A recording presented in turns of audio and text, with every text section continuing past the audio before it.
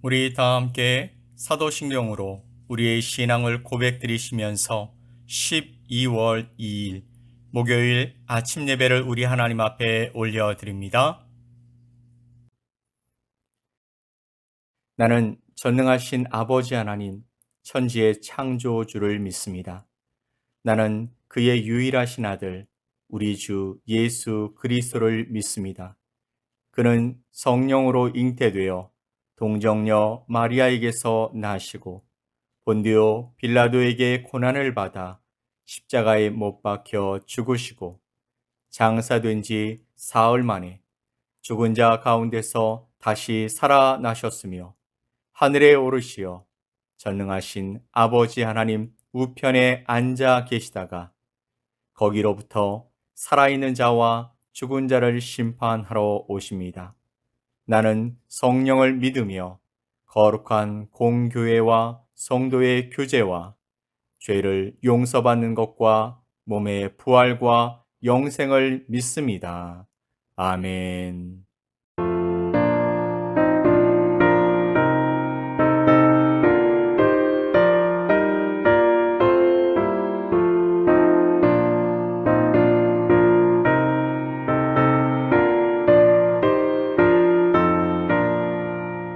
주 예수 우리 구하려 큰 싸움 하시니 주 십자가를 따라서 나갈 자 누구랴 큰 환난 핍박 당하고 또 고통 많으나 제 십자가를 지고서 늘 찾으리로다.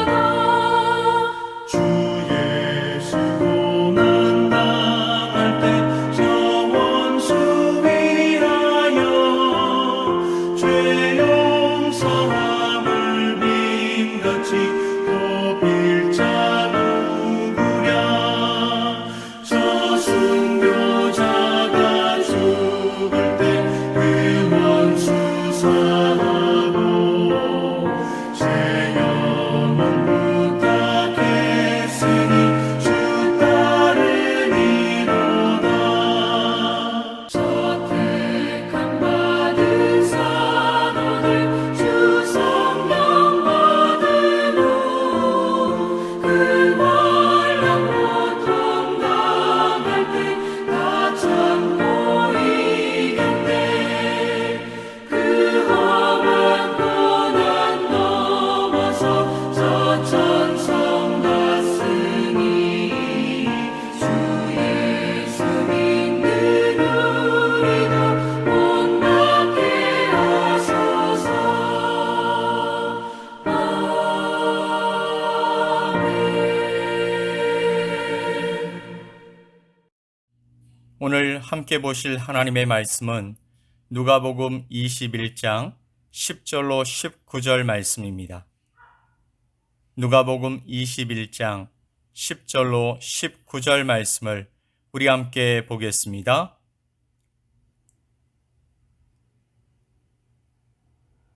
또 이르시되 민족이 민족을, 나라가 나라를 대적하여 일어나겠고 곳곳에 큰 지진과 기근과 전염병이 있겠고 또 무서운 일과 하늘로부터 큰 징조들이 있으리라. 이 모든 일 전에 내 이름으로 말미암아 너희에게 손을 대어 박해하며 회당과 옥에 넘겨주며 임금들과 집권자들 앞에 끌어가려니와 이 일이 도리어 너희에게 증거가 되리라. 그러므로 너희는 변명할 것을 미리 궁리하지 않도록 명심하라. 내가 너희의 모든 대적이 능히 대항하거나 변박할 수 없는 구변과 지혜를 너희에게 주리라. 심지어 부모와 형제와 친척과 벗이 너희를 넘겨주어 너희 중에 며칠 죽이게 하겠고 또 너희가 내 이름으로 말미암아 모든 사람에게 미움을 받을 것이나 너희 머리털 하나도 상하지 아니하리라. 너희의 인내로 너희 영혼을 얻으리라. 아멘.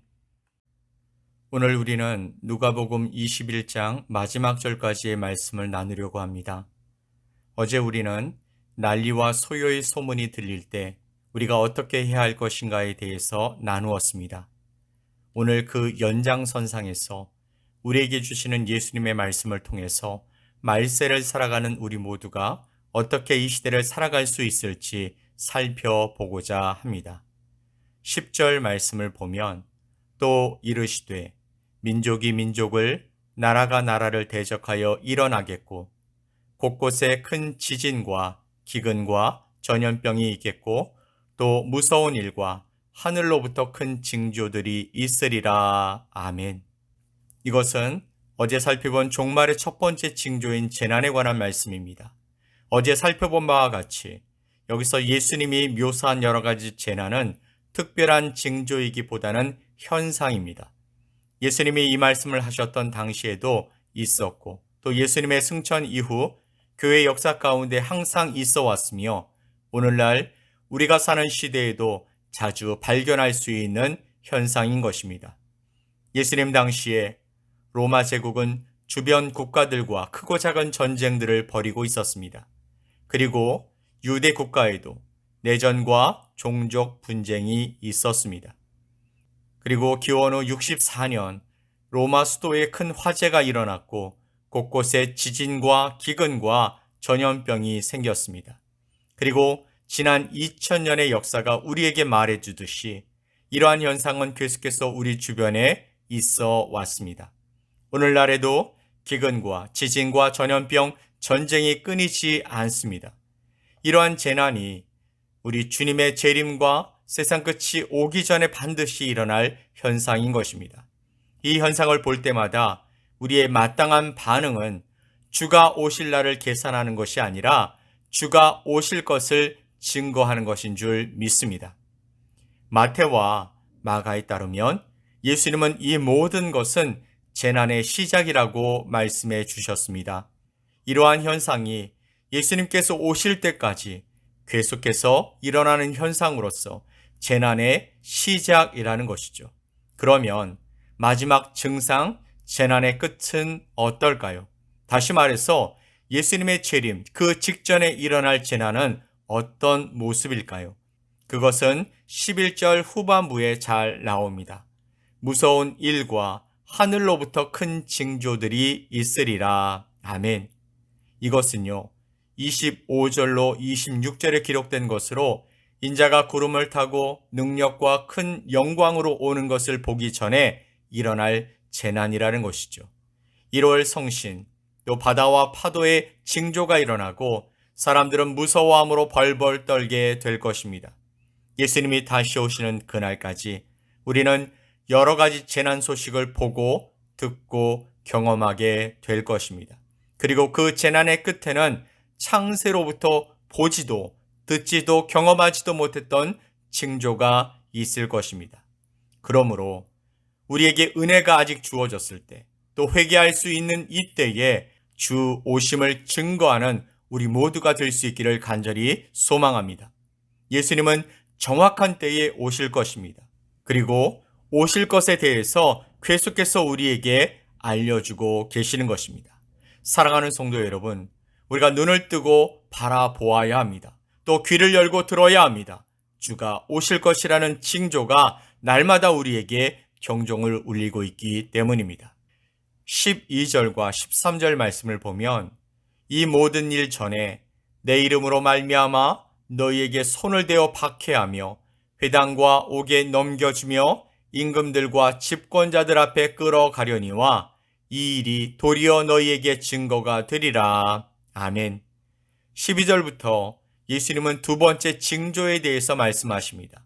이 모든 일 전에 이런 일이 있을 것이다 라고 그 두 번째 징조를 소개하시는데, 이 모든 일은 예수님 오시기 직전에 일어날 모든 무서운 재난을 말하는 것이죠.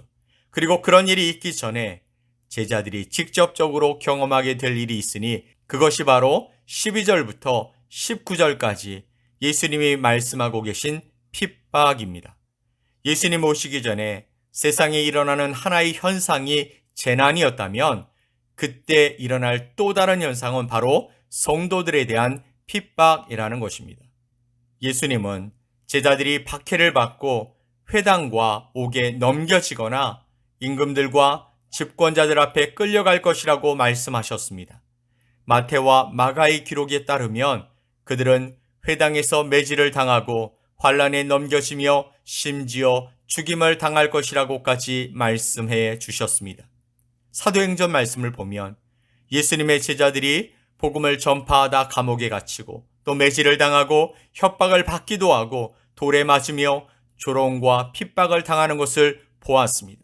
즉 예수님을 믿는 자들은 마지막 때가 되어질 때 핍박이 따라오게 된다라는 것입니다.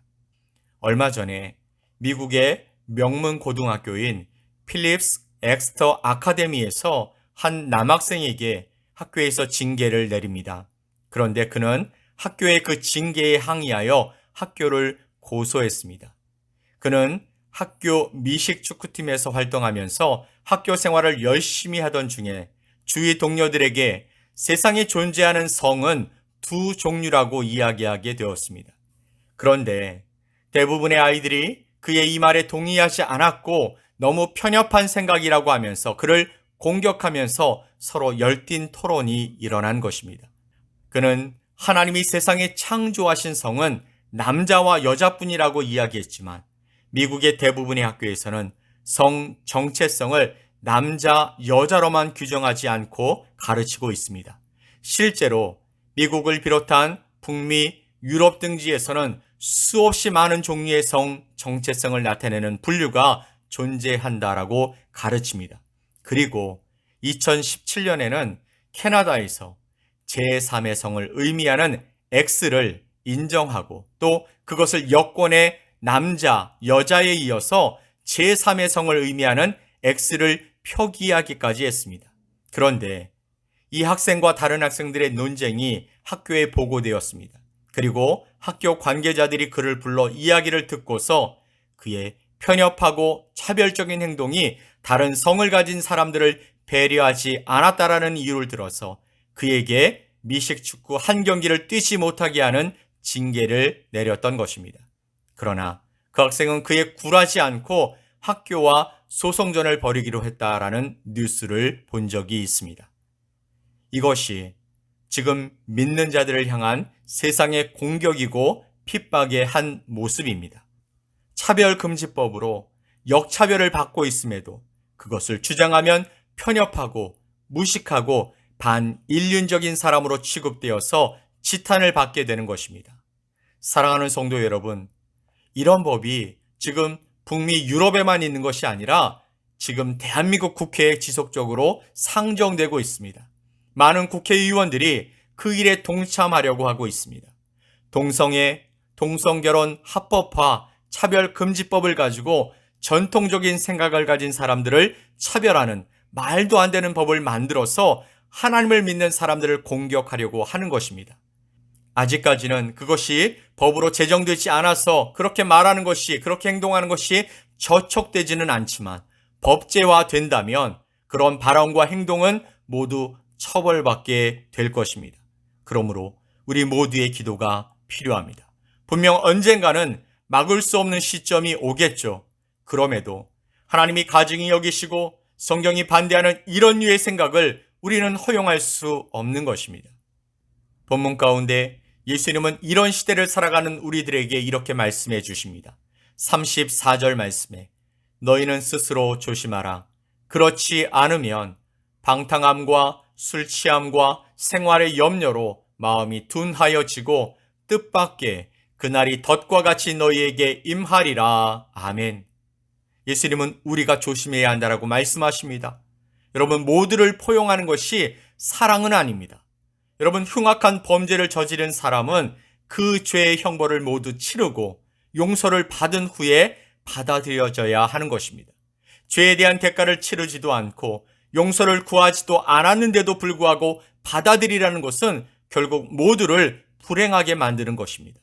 하나님은 우리를 위해서 예수님을 보내주셨고 십자가의 대속을 통해 죄의 형벌을 치르게 하셨고 그것을 믿는 자에게 용서와 포용의 사랑을 허락해 주셨습니다. 그리고 36절 말씀에서 이러므로 너희는 장차올 이 모든 일을 능히 피하고 인자 앞에 서도록 항상 기도하며 깨어 있으라 하시니라. 아멘. 이 말씀 가운데 깨어있는 삶은 예수님이 오신다라는 사실을 기억하면서 그 예수님이 미워하시는 죄를 멀리하고 예수님이 기뻐하시는 선을 그분의 영광을 위해 행하는 삶을 말하는 것이죠. 죄를 멀리하고 하나님이 기뻐하시는 뜻대로 사는 것이 깨어있는 삶이라면 그렇게 해야 하는 이유는 너무나도 명확한 것입니다. 그것이 그리스도인의 마땅한 삶이기 때문이죠. 그것이 우리를 구원하신 하나님의 목적인 것입니다. 그런데 문제는 우리를 깨어있지 못하게 만드는 방해물이 너무 많다는데, 너무 강력하다는 데 있습니다. 본문 가운데 술 취함, 방탕함 같은 죄의 유혹은 결코 만만치 않은 것입니다. 이 땅에서 살아가는데 생활의 염려가 끊이지 않습니다. 이러한 것들은 우리 마음을 둔하게 만듭니다. 그래서 우리의 소속을 잊어버리게 하는 것이죠. 우리가 하나님의 나라에 속해 있다는 것을 잊어버리고 세상 가운데 떨어진 아주 하찮은 존재라고 인식하게 만든다라는 것이죠.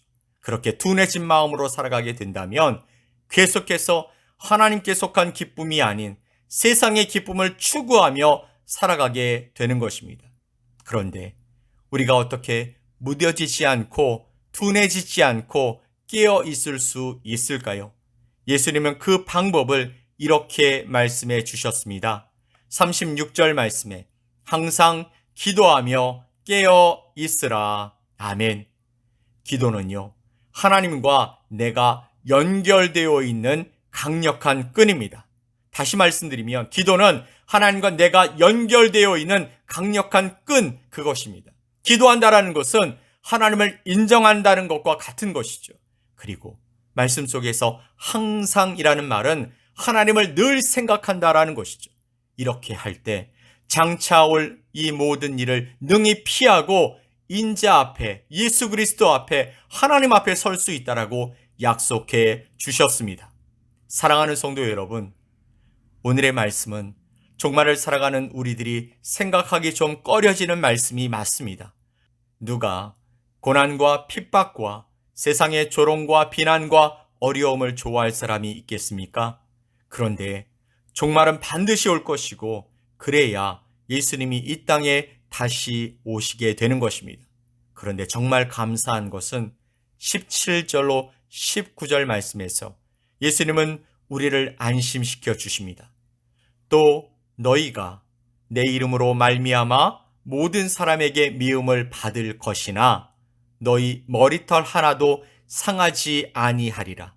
너희의 인내로 너희 영혼을 얻으리라. 아멘. 예수님의 이름 때문에 미움을 받는 우리를 지키심으로 구원해 주신다고 약속해 주셨습니다. 아멘. 이 믿음이 이 어려운 세상을 살아가는 우리들과 우리 다음 세대 가운데 바로 세워지길 간절히 축원드립니다. 그리고 우리 부모 세대가 우리 자녀 세대를 위해 기도해 주어야 할 줄 믿습니다. 오늘 주신 말씀을 생각하면서 하나님을 잃어버린 세상을 향해 깨어 기도하는 우리가 되어지길 예수님의 이름으로 간절히 축원드립니다. 아멘. 우리 함께 기도합시다. 하나님, 마지막 때에 이런 일들이 일어난다 말씀하셨는데 정말 그렇게 되고 있음을 봅니다. 이러한 때에 우리의 믿음을 잘 지켜나갈 수 있도록 주님의 자녀들을 지켜주시옵소서. 하나님을 대적하는 세대 가운데에서도 다니엘을 높여주셨고 노아에게 은혜를 주셨으며 에녹을 죽음을 보지 않고 데려가심으로 주님의 자녀들을 사랑하시고 지키신 아버지 하나님께서 우리와 우리의 자녀들, 우리의 자손들을 지켜주시고 그들을 통해 이 어두운 세상에 하나님의 빛을 드러내며 살아갈 수 있게 사용해 주시옵소서. 우리를 도우실 주님을 믿고 감사드리며 예수님의 이름으로 기도 올리옵나이다. 아멘. 하늘에 계신 우리 아버지여, 이름이 거룩히 여김을 받으시오며 나라가 임하시오며 뜻이 하늘에서 이루어진 것 같이 땅에서도 이루어지이다. 오늘 우리에게 일용할 양식을 주시옵고 우리가 우리에게 죄 지은 자를 사하여 준 것 같이 우리 죄를 사하여 주시옵고 우리를 시험에 들게 하지 마시옵고 다만 악에서 구하시옵소서. 나라와 권세와 영광이 아버지께 영원히 쌓옵나이다. 아멘.